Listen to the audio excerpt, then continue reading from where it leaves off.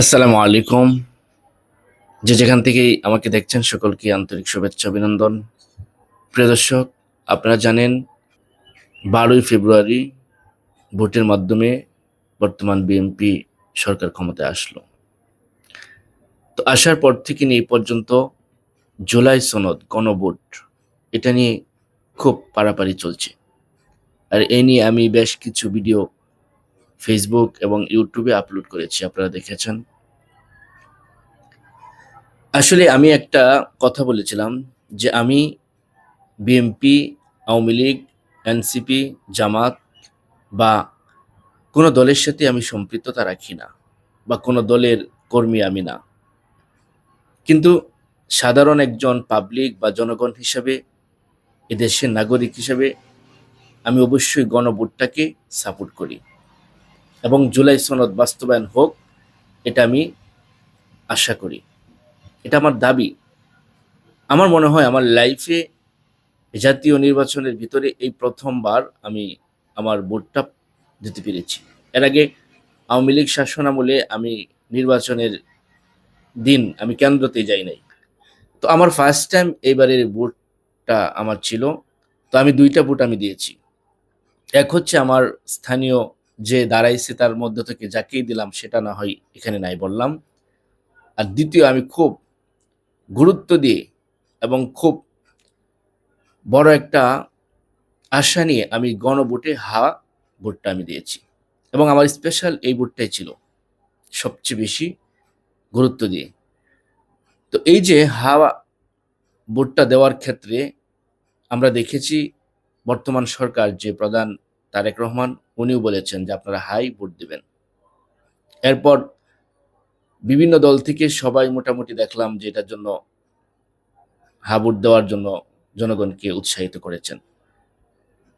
তো ওই সময় ভোট দেওয়ার কথা বললেও এখন এই সময় এসে এই ভোটকে তারা মানছে না।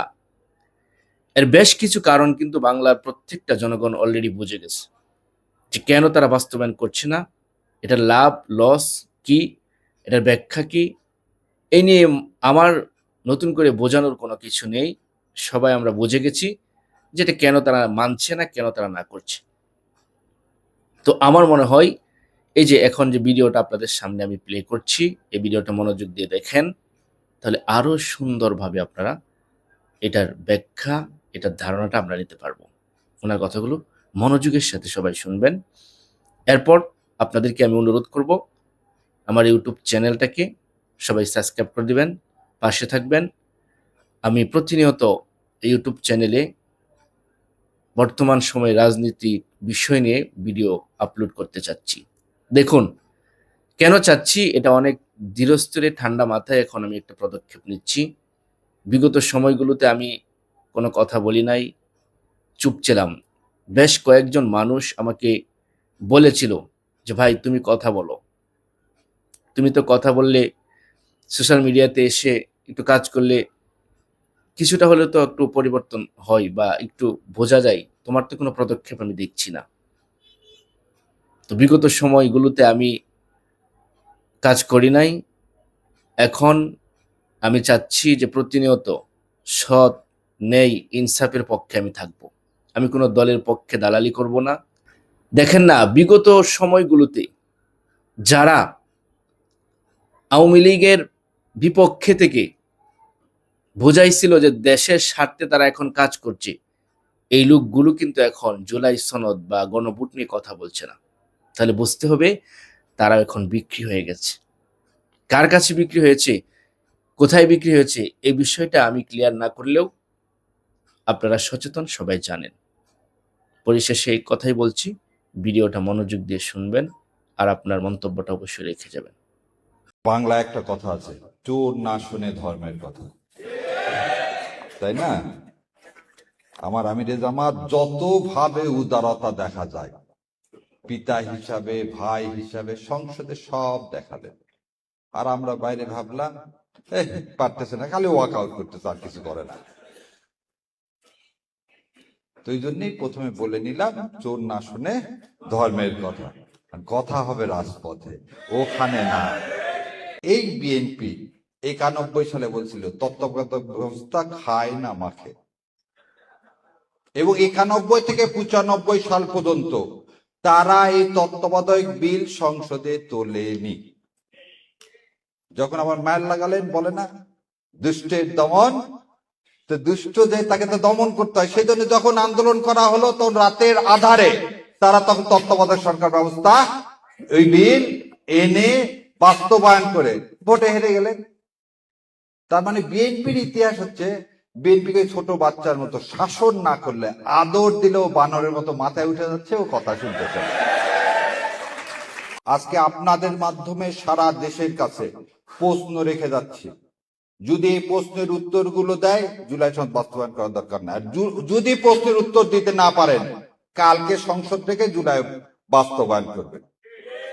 চলেন 1 নম্বর বলি, বঙ্গভবনে গেছিলেন সেদিন কোন আদেশের বলে? এই সংবিধানের কোথায় আছে সেনাপ্রধান ডাকলে আপনাকে বঙ্গভবনে যেতে হবে? নাই তো। আচ্ছা, সেদিন 5 তারিখ সন্ধ্যাবেলা কোন আদেশের বলে বেগম খালেদা জিয়াকে আপনারা মুক্তি নিলেন?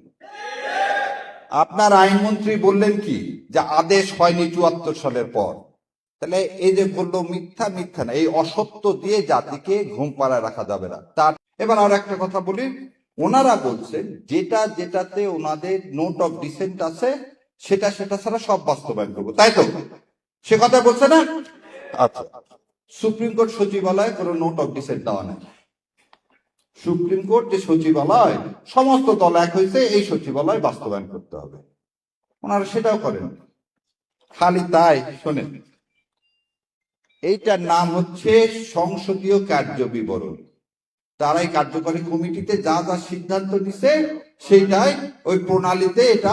প্রিয় দর্শক, ভিডিও শেষে আবারও কিছু কথা বলতে চাচ্ছি। সেটি হচ্ছে যে আমরা বাঙালি জাতি আসলে দালালের জাতি। দেশের জনগণ, এগুলোর চেয়ে আমার ব্যক্তিগত নিজের স্বার্থটাকে আমরা সবার আগে দেখি।